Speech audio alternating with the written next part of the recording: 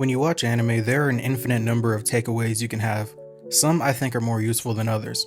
But one thing that has stuck with me for many years is the utilization of anime as a tool for moral imagination, which essentially means the assessment of all potential options and choices when presented with a particular moral challenge.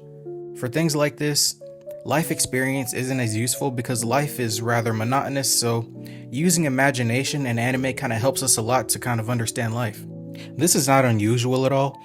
Some people's frame of ideologies, beliefs, and morals is driven entirely by what's popular at the time, like on YouTube, on social media, on television, whether pop culture or counterculture, whether they subscribe to the ideas on social media or the ideas of their favorite singer.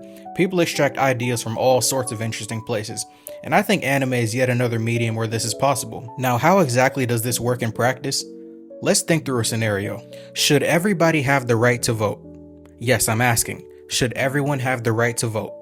I'll wait for you to answer in your head. You probably said yes, and for this particular topic, I would have to say I agree, but I don't think it's a simple yes or no. Given the opportunity to make decisions for the fate of society, there's a real chance that society could select, free beer over free healthcare. But voting rights are an important part of self-determination, and there's the point of them, stopping people from starting uprisings. With scenarios like this, you're deciding what's more important to you or deciding what negative outcome you think is most important that we protect against. Now let's think about anime. Code Geass, one of my favorite anime of all time. We have Lelouch v Britannia, a prince who is cast aside that's witnessed corruption at the highest level, and with this in mind, he decides to use every underhanded tactic he possibly has to enact revenge and disrupt this corrupt regime. Then we have Suzaku, a son of a Japanese official who sees corruption and decides that he's going to change the world from within. How do we know who's correct? We honestly don't. We can't definitively say. But these are the types of ideas that we're trying to work through. That's pretty much the point, right?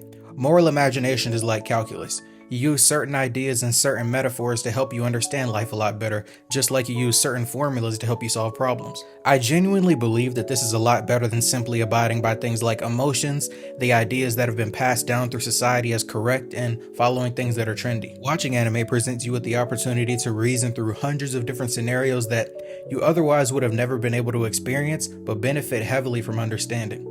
Obviously, you can say this for things like film, television, and literature as well. This is important because there's an infinite number of people just consuming ideas nonstop, using social media as a tool for learning and repeating things for years that don't really make sense. Because when you think about it, shouldn't we all be coming to different conclusions? Assuming we all have our own opinions and work through all these ideas on our own? We should, right?